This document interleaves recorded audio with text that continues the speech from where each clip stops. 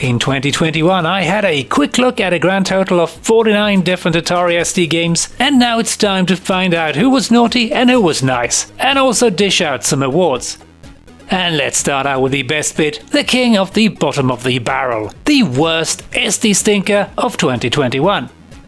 And the winner is Telemark Warrior! And this one was an easy pick. It pretty much reigned supreme and unchallenged at the bottom. And this sad excuse for a run and gun was published by Drosoft in 1989, and I think it was only released in Spain, thankfully. And my heartfelt sympathies goes out to any Spanish gamer that was unfortunate enough to buy this one back in the day. Graphics aren't perhaps terrible, but they certainly aren't great either, and there's a lot of reused sprites over the puny 4 levels that makes up the game. But what about sound effects? Well, the less said about them the better. But the worst part about this game is undoubtedly the gameplay. It plays a bit like a sad Game & Watch clone from '81, and the animation is about as advanced. The entire game has a distinct feeling of none of the devs ever got paid. And we also have to hand out some special awards for this one, least effort in a menu screen. Yes, this is the menu screen in the game. Looks a bit like a cow just vomited its dinner all over the background.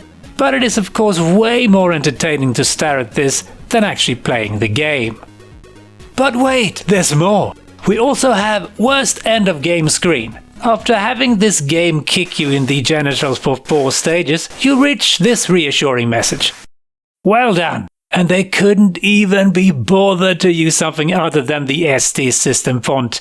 After that, the game starts over from level 1 without having the decency of giving you a sick bag. Next award is Most Illegible Sample Speech. And the winner is Veteran! This rather mediocre Operation Wolf clone was published by Software Horizons in '88 and developed by, Paradox Software. The best part of this one is undoubtedly the sample sound effects, and one of them is this gem.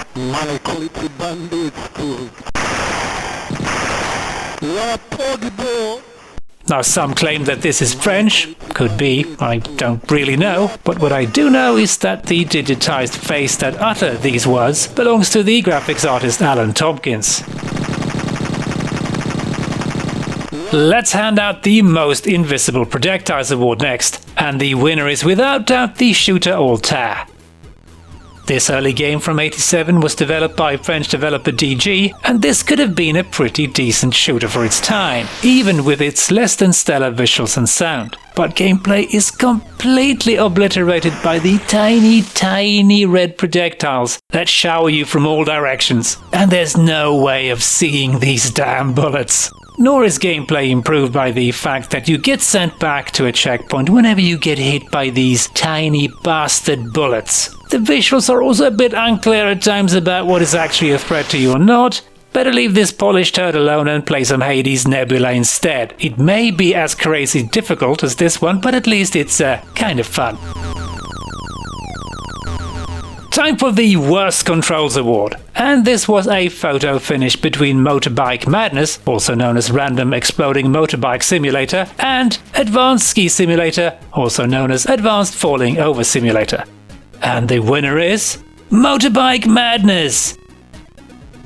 This budget isometric mess of a racer, or whatever you want to call it, was published by Mastertronic in '88, and at a retail price of £15, I would not have been particularly happy had I bought this one back in the day. I wouldn't even have been happy if someone paid me to play this game. The controls in glorious combination with the very confusing isometric visuals makes this completely unplayable. It's a smoldering pile of trash garbage that doesn't even deserve to live in a landfill. I suppose some initial fun can be derived from how the bike moves around the landscape in absolutely impossible ways, but the smile quickly fades from your face as the game disc goes flying out your window. Pretty Butt Pants is the next one up, and the winner is undoubtedly Tusker. This System 3 published game was released in '90, and it has beautiful and inviting graphics. The screenshots just makes you want to dive in and explore away. Sadly, the absolutely awful controls and hit detection just destroys playability completely. The difficulty is also stupidly high, and it feels like some sections are just not meant to be traversable without taking huge amounts of damage. It does, however, get some points for a near barbarian experience when one of the enemies lobs your head off with his sword. But beyond that, this one belongs very deep down in the bargain bin, or the normal bin for that matter. Next one up is Most Amusing Run Cycle, and obviously the winner is Thunderburner. In this Space Harrier / Afterburner ripoff, published by Lariciel in '91, you control a big mech that runs around blasting stuff, for not completely clear reasons. The game has some pretty nice graphics, and actually somewhat decent gameplay with some really solid sound effects. Controls are a bit awkward though, but beyond that I'm just going to let the footage speak for itself here.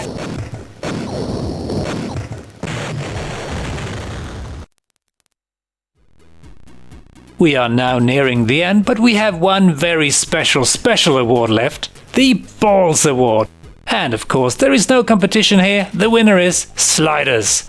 In this SDE enhanced game, published by Palace Software in '91, you control, or at least try to control, a ball that needs to shoot another ball into the computer-controlled ball's goal. And there is even a two-player mode where your friend can control the opposing ball. And I have now used the word ball too many times, so let's swiftly move on.